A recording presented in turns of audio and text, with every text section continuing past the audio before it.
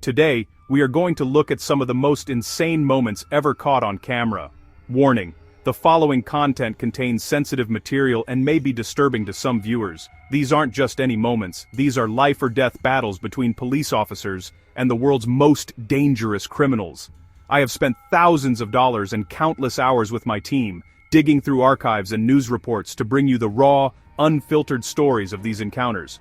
You're about to witness bravery that is almost unbelievable, sacrifices that will leave you speechless, situations so intense, it's hard to imagine anyone could survive them. This is unlike anything you have ever seen on this channel before. From a peaceful protest that turned into a deadly sniper ambush, to a 44-minute shootout that looked like a war zone. We're going to count down 7 of the most heartbreaking and heroic moments in the history of policing. Let's get into it. The night of July 7, 2016, started as a peaceful protest in downtown Dallas, Texas. Hundreds marched, signs held high, officers and protesters even taking pictures together. But in an instant, everything changed. A sniper, hidden high above, opened fire. The first shots rang out. Chaos erupted. People ran and screamed. Officers faced a nightmare, targeted from above with no clear origin. Bullets rained down as they shielded civilians and formed a perimeter. Teams stormed the El Centro College garage, clearing floor by floor in suffocating darkness. Cornered, the gunman refused to surrender and told negotiators he wanted to kill white police officers. Dallas faced a terrible choice and took an unprecedented step in American policing. They attached a bomb to a robot and ended the threat with a single explosion. The cost was immense. 5 officers were killed that night: Brent Thompson, Patrick Zamaripa, Michael Kroll, Lorne Aarons, and Michael Smith. 9 other officers and 2 civilians were wounded. The deadliest day for U.S. law enforcement since 9/11. They went to work to protect people and were assassinated for wearing a uniform. Their sacrifice is a heartbreaking reminder of the thin blue line between order and chaos. On the evening of November 13, 2015, Paris, the city of light, was plunged into darkness. Suicide bombers struck the Stade de France. Gunmen opened fire on crowded cafes. Inside the Bataclan, 1,500 people watched a concert when 3 terrorists entered. Automatic rifles and explosive vests. The first police were nearby patrol officers. No heavy armor, no specialized weapons. Without waiting for backup, 2 went in with only their handguns. David versus Goliath. 1 officer immediately engaged a terrorist and killed him before he could detonate. The remaining 2 retreated with about 20 hostages, triggering a 2.5-hour siege. Tactical teams advanced a narrow corridor under fire. The Ramsey shield took 27 hits. When police breached, 1 terrorist was shot. The other detonated his vest. All remaining hostages in the final room were rescued. 90 were murdered inside the Bataclan. From first patrol to final push. Unbelievable courage. They ran into a massacre and faced down pure evil.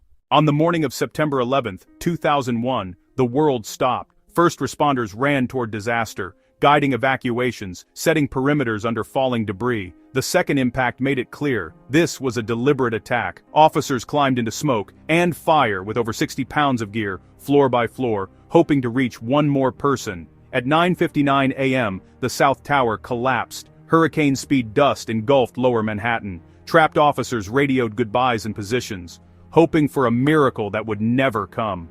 At 10:28 a.m., the North Tower fell, sealing the fate of hundreds of first responders. The NYPD lost 23 officers that day: fathers, mothers, sons, and daughters who never came home. Officer Moira Smith was last seen helping an injured man before running back in. She was the only female NYPD officer to die that day. Thousands worked the pile for weeks, months, years, breathing a toxic cocktail of dust and chemicals. Hundreds more have died from 9/11-related illnesses. Thousands are sick. Their sacrifice was not just one day, but a continuing tragedy, reminding us of the profound, lasting cost of heroism. In November 2008, Mumbai was besieged by 10 terrorists who arrived by sea and split to strike multiple sites. They hit a packed train station, a popular cafe, the Taj Mahal Palace, the Oberoi, and a Jewish center. Police responded first, brave but outgunned. Bolt action, rifles and lathis, against automatic rifles and grenades. Hemant Karkare, Ashok Kamte, and Vijay Salaskar moved to engage near Kama Hospital. They were ambushed, All three were killed in a brutal exchange broadcast live.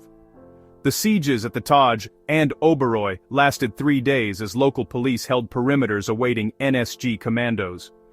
NSG flew in and fought through winding corridors room by room.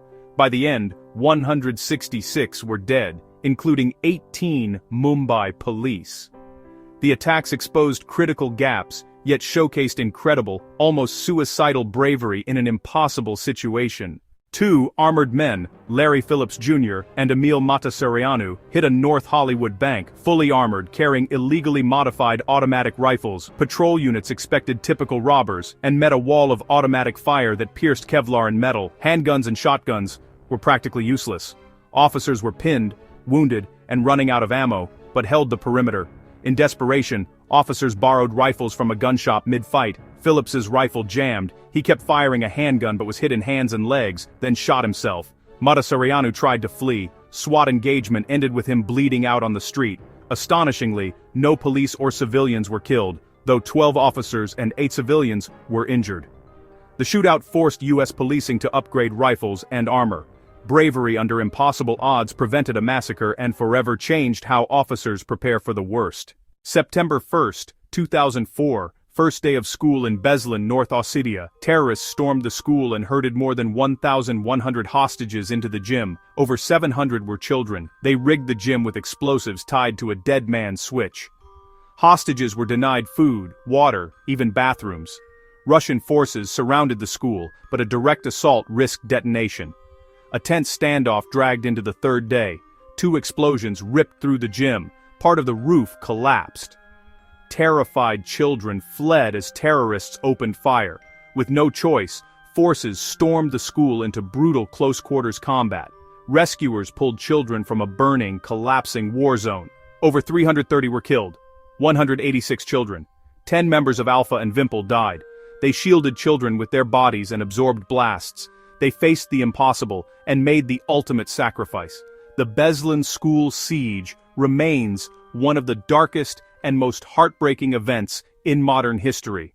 The summer of 2016 brought intense tension across the U.S. and calculated ambushes on police. 10 days after Dallas, a former Marine, Gavin Long, hunted officers at a gas station, armed with 2 rifles and a pistol. He moved with precision, killing Montrell Jackson, Matthew Gerald and Brad Garafola, and wounding 3 others, including Corporal Nick Tullier.